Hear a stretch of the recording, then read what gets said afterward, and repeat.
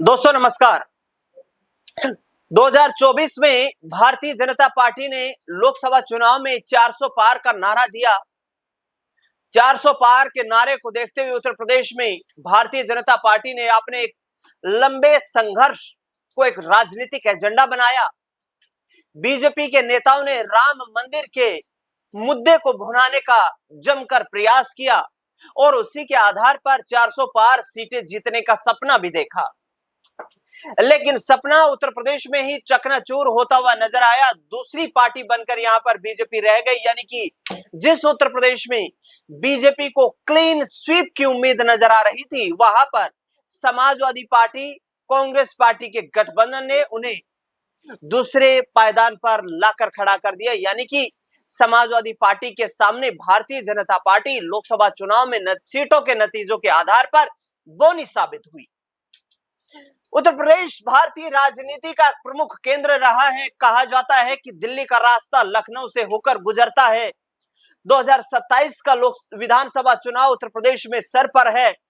सियासी बिसात बिसना शुरू हो चुकी है। राजनेता अपनी कमर कसना शुरू कर चुके हैं। सीट और टिकट के लिए चक्कर लगाने राजनेताओं ने हाईकमान के नेताओं और इसके साथ साथ प्रदेश संगठन के नेताओं के साथ साथ सुगबुगाहट तेज कर दी है। बीजेपी का एक बार फिर से लक्ष्य उत्तर प्रदेश को जीत दर्ज करके देश की राजनीति में एक मजबूत संकेत देना है और हिंदुत्व का एजेंडा नाथ संप्रदाय से आने वाले योगी आदित्यनाथ का प्रमुख एजेंडा 2027 के विधानसभा चुनाव में उत्तर प्रदेश में रहने वाला है। लेकिन नतीजे क्या 2024 के लोकसभा चुनाव की याद दिला रहे हैं? क्या परिस्थितियां विपरीत हो चुकी हैं उत्तर प्रदेश में? क्या राजनीति हाईकमान के हाथ से फिसलती हुई नजर आ रही है? क्या फैसले और पार्टी संगठन की अंदरूनी चीजें हाईकमान से ज्यादा मजबूत हो चुकी है? क्या योगी आदित्यनाथ वो चेहरा अब बीजेपी के लिए नहीं रहे हैं जिसके आधार पर उत्तर प्रदेश का सियासी मैदान जीता जा सके?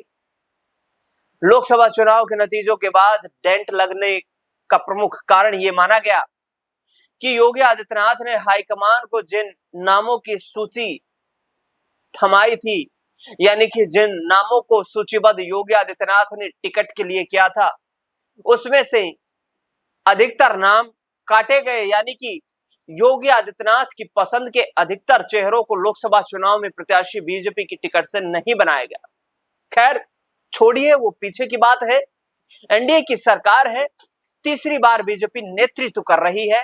प्रधानमंत्री नरेंद्र मोदी हैं, यूपी के मुख्यमंत्री आदित्यनाथ हैं। लेकिन पिछले कुछ दिनों से जो चर्चा चल रही, जो मुद्दा गर्म है, वो एक बार फिर से बीजेपी के माथे की लकीर बन चुका है। बीजेपी के माथे की टेंशन की लकीरें कुछ इस प्रकार से है कि विपक्ष के नेता, उत्तर प्रदेश में सबसे बड़े राजनेता माने जाए तो अखिलेश यादव हैं। समाजवादी पार्टी के 2024 के लोकसभा चुनाव के जो नतीजे रहे, उसके पीछे की रणनीति का श्रेय भी अखिलेश यादव को ही राजनीतिक पंडित देते हुए नजर आते हैं।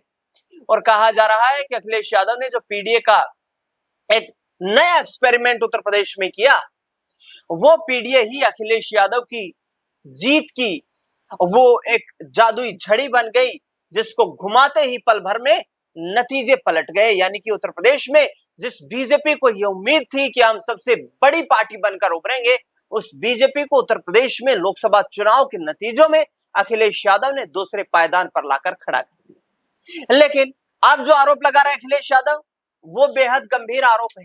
पिछले दिनों जिस तरीके से अखिलेश यादव ने आरोप लगाए, समाजवादी पार्टी मुखिया अखिलेश यादव ने राम मंदिर के चढ़ावे से जुड़ी कथित करोड़ों रुपए की वित्तीय अनियमितताओं को लेकर सवाल पूछे थे। अखिलेश यादव ने कहा, यह मामला भगवान राम के करोड़ों श्रद्धालुओं और सनातन समाज की आस्था से जुड़ा हुआ है, इसलिए इसकी निष्पक्ष जांच होनी चाहिए। अखिलेश यादव ने आरोप लगाया था कि मंदिर ट्रस्ट इस मुद्दे पर स्पष्ट जवाब देने से बच रहा है, जिससे कि कई सवाल खड़े हो रहे। इसके साथ ही न्यायालय से इस मामले का स्वतः संज्ञान लेने की मांग की गई। बयान में यह भी कहा गया कि सरकार की चुप्पी संदेह पैदा कर रही है और इस मामले की सच्चाई सामने आनी चाहिए। यानी कि राम मंदिर ट्रस्ट में वित्तीय अनियमितताएं, जो बीजेपी का सबसे बड़ा चुनावी एजेंडा है, राम मंदिर, उस राम मंदिर के ट्रस्ट में वित्तीय अनियमितताओं के आरोप लगा देना कहीं ना कहीं योगी आदित्यनाथ पर बिना नाम लिए सीधा निशाना अखिलेश यादव ने साधने का प्रयास किया। लेकिन अब भारतीय जनता पार्टी के ही दिग्गज नेता ने जिस तरीके से पिछले चंद घंटों पहले ये जो बयान दिया है, वो बयान भी ये संकेत दे रहा है कि क्या उत्तर प्रदेश में बीजेपी के लिए राजनीतिक रास्ता इतना आसान नहीं है। हम बात कर रहे हैं बृजभूषण शरण सिंह की। अखिलेश यादव के बयान सामने आने के बाद बृजभूषण शरण सिंह की प्रतिक्रिया भी सामने आई। बृजभूषण शरण सिंह, जो कि पूर्व सांसद कैसरगंज से रह चुके हैं, उन्होंने सीधे तौर पर कहा कि यदि मैं सच बोलूंगा तो बहुत गहरी चोट लगेगी। गोंडा में बीजेपी के नेता बृजभूषण शरण सिंह ने अयोध्या राम मंदिर ट्रस्ट से जुड़े कथित चंदा विवाद पर बड़ा बयान देते हुए कहा कि अगर वे सच बोलेंगे तो विवाद में फंस जाएंगे, क्योंकि संबंधित लोग बेहद ताकतवर हैं।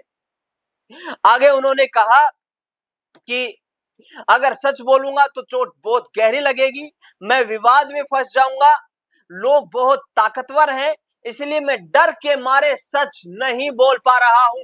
बृजभूषण शरण सिंह ने यह बात कही है कि मैं डर के मारे सच नहीं बोल पा रहा हूं। अब सवाल यही है कि आखिरकार कौन सा डर है और कौन सा वो सच है जिसको बृजभूषण शरण सिंह जैसे नेता भी उगलने से बचते हुए नजर आ रहे हैं। आखिरकार क्या बृजभूषण शरण सिंह का यह बयान अखिलेश यादव इसे पॉलिटिकल वेपन के तौर पर इस्तेमाल करेंगे? क्या उत्तर प्रदेश की राजनीति में एक बड़ी करवट आने वाली है? पिछले दिनों जिस तरीके से प्रयागराज में जो माघ मेला हुआ और उस माघ मेले के दौरान भी सनातन की सबसे बड़ी पीठ के पीठाधीश्वर, जिन्हें शंकराचार्य के नाम से पुकारा जाता है, स्वामी अवधूतेश्वरानंद का विवाद भी उत्तर प्रदेश की राजनीति में बहुत चर्चा में रहा। उस विवाद में योगी आदित्यनाथ की जो सोच थी, उनका जो इंटेंट था, जो उनका एक तरीके से उस विवाद को देखने का पोटेंशियल था, वो अलग नजर आ रहा था, और दूसरी तरफ दो डीसीएम का तरीका अलग नजर आ रहा था। यानी कि दोनों deputy chief minister Keshav Prasad Maurya और ब्रजेश पाठक दोनों ही शंकराचार्य को अपना आराध्य बता रहे थे, अपना पूज्य बता रहे थे, और शंकराचार्य ने भी इस बात का जिक्र किया था कि जिस तरीके से केशव प्रसाद मौर्य और ब्रजेश पाठक जैसे जिम्मेदार राजनेताओं ने ये बयान दिया है कि हम शंकराचार्य की उस पीठ का सम्मान करते हैं, योगी आदित्यनाथ उसको मानने से इनकार कर रहे हैं। क्या बीजेपी का संगठन उत्तर प्रदेश में दो धड़ों की तरफ यहां पर विभाजित होता हुआ नजर आ रहा है? क्या इसका बड़ा पॉलिटिकल नुकसान भारतीय जनता पार्टी को विधानसभा चुनाव में हो सकता है? और आखिरकार बृजभूषण शरण सिंह ने जो बयान दिया है, उसके बाद क्या यह राजनीति और गहराएगी? क्या यह मुद्दा और बड़ा चुनावी मुद्दा बन जाएगा? क्या यह मुद्दा विपक्ष को बीजेपी पर निशाना साधने का एक बड़ा हथियार, मजबूत हथियार मिल चुका है, जिस भाले को फेंककर भारतीय जनता पार्टी के बड़े नेताओं का विपक्ष सीना छलनी कर सकता है? इस खास रिपोर्ट को लेकर के आपकी क्या राय, प्रतिक्रिया है, कमेंट बॉक्स में जरूर बताएं। क्या वाकई में सरकार को सामने आकर इस कथित चंदा विवाद पर अपनी राय स्पष्ट करनी चाहिए? क्या मंदिर ट्रस्ट को, जो कि आरोप लगे हैं मंदिर ट्रस्ट के ऊपर, वहां के पदाधिकारियों को आकर राय स्पष्ट करनी चाहिए? क्योंकि यदि ऐसा नहीं हुआ और बृजभूषण शरण सिंह जैसे बड़े कद्दावर नेता का बयान यदि विपक्ष ने अपने वेपन के तौर पर इस्तेमाल किया, तो भारतीय जनता पार्टी को इसका नुकसान झेलना पड़ सकता है। इस खास रिपोर्ट में फिलहाल के लिए इतना ही। मुझे दीजिए इजाजत। नमस्कार।